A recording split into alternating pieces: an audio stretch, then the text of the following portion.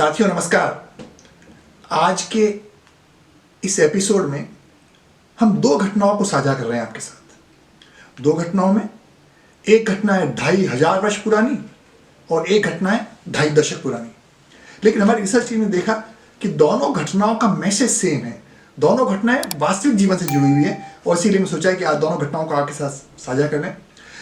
साथियों, पहली घटना है 2500 वर्ष पुरानी, भारत के एक प्रांत की जिसको कौशल प्रदेश कहा जाता है। कौशल प्रदेश वर्तमान में जो अवध का जो राज्य है, जिसको कि लखनऊ उसके आसपास के जिस एरिया को कहते हैं, तो उस कौशल प्रदेश में उस अवध के आसपास वाले एरिया में एक बड़े अच्छे कुशल प्रशासक हुए महाराजा प्रसन्नजीत सिंह। कई बार इतिहास में कुछ गौरवशाली क्षणों को हम शामिल करने से चूक जाते हैं और शायद ये भी गौरवशाली क्षण था जिसको कि हम शामिल करने से चूक गए। तो महाराजा प्रसन्नजीत बहुत अच्छे कुशल प्रशासक, बहुत अच्छे महाराजा, और साथियों उनकी विशालता का अनुमान इस संदर्भ में भी लगाया जा सकता है कि उनकी पत्नी बिंबिसार की बहन थी। महाराजा बिंबिसार जो बहुत बड़े महाराजा हुए हैं मगध साम्राज्य के, तो उनकी जो बहन थी वो उनकी पत्नी थी, जिसको कि मगध की राजकुमारी भी कहा गया। तो मगध की राजकुमारी उनकी पहली पत्नी बनी। दूसरी पत्नी तो खैर उन्होंने मल्लिका से शादी की, जो दासी पुत्री थी। वो भी उस युग में अपने आप में बड़ा क्रांतिकारी कदम था कि पहली पत्नी मगध की राजकुमारी और दूसरी पत्नी एक दासी पुत्री। उनके जीवन का एक महत्वपूर्ण क्षण है, उनके जीवन की एक महत्वपूर्ण घटना है कि वो एक बार महात्मा गौतम बुद्ध के दर्शन करने जाते हैं।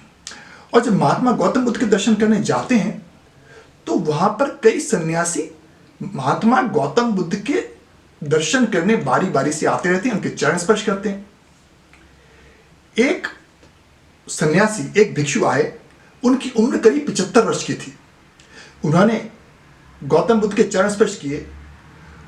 गौतम बुद्ध ने अनायास उनसे पूछा, उस सन्यासी से पूछा कि आपकी उम्र कितनी है। अब देखिए साथियों, वास्तविक उम्र करीब करीब उनकी 75 वर्ष की थी। तो उनसे जब सन्यासी से पूछा गया गौतम बुद्ध के द्वारा कि आपकी उम्र कितनी है, तो सन्यासी ने कहा कि महाराज 2 या 3 वर्ष की उम्र हुई है।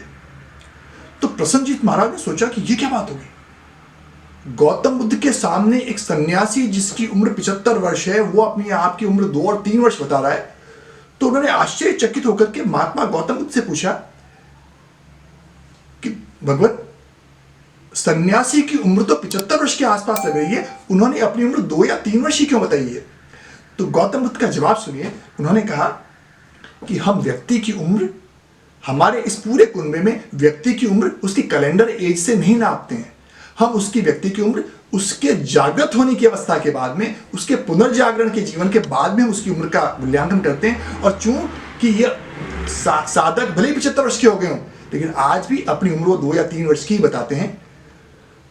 या इसको दूसरे अर्थों में समझाया जा सकता है वर्तमान संदर्भ में कि कैलेंडर एज महत्वपूर्ण नहीं है, मेंटल एज व्यक्ति की महत्वपूर्ण हुआ करती है।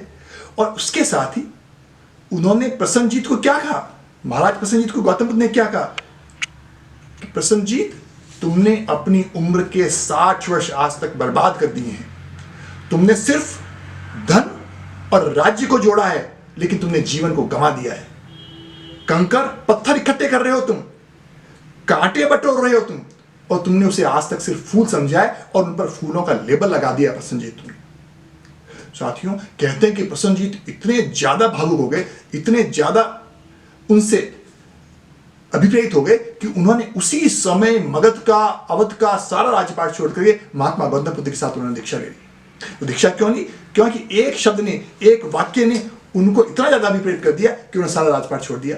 साथियों, जो कोई ये वीडियो सुन रहे हैं, मैं उनसे अगर एक सवाल पूछूं, क्या आज के किसी सन्यासी में या साधु में इतनी हिम्मत है कि वो मंत्री या सांसद या पटवारी या मैंने एमएलए के सामने जाकर के इस तरह की खरी बात कह सके? क्यों?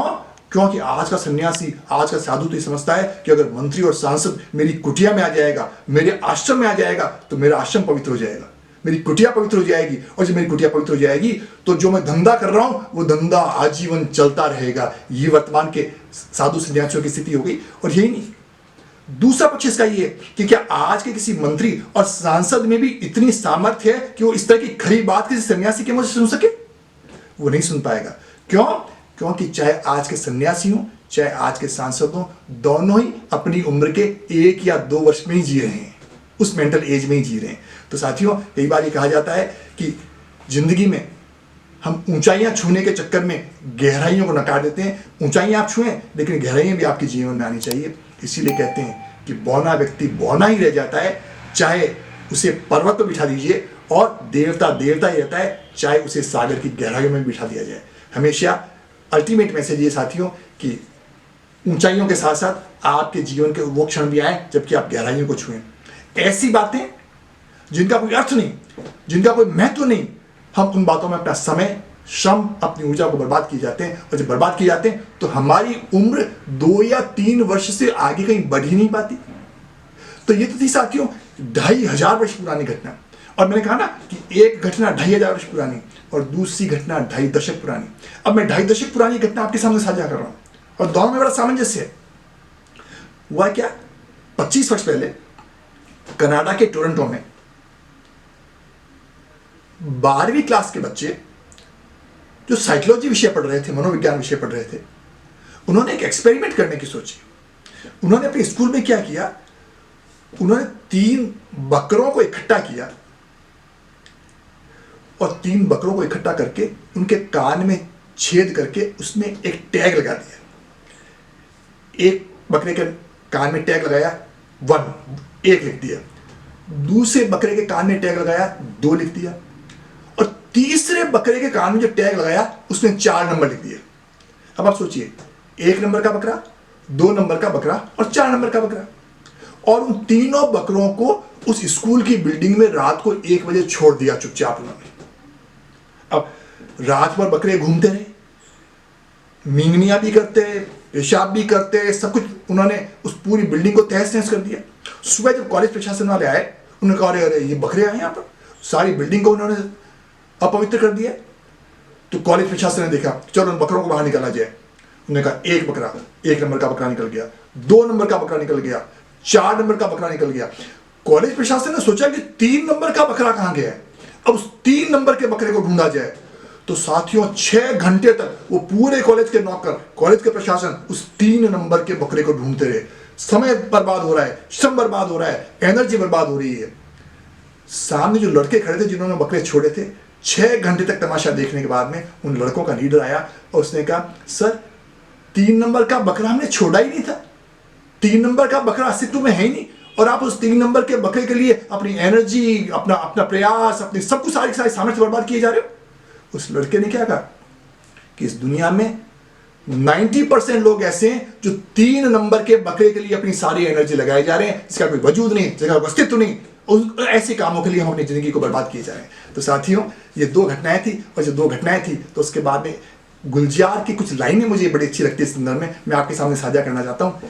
ने एक बार कहा कि टहनी पर बैठा था, वो डूबने से डरता था। नीचे नदी चल रही थी, पक्षी के संदर्भ में बात की उन्होंने कहा टहनी पर बैठा था वो, डूबने से डरता था, न तैरा, न डूबा, न उड़ा, बस टहनी पर बैठे बैठे ही सूख गया।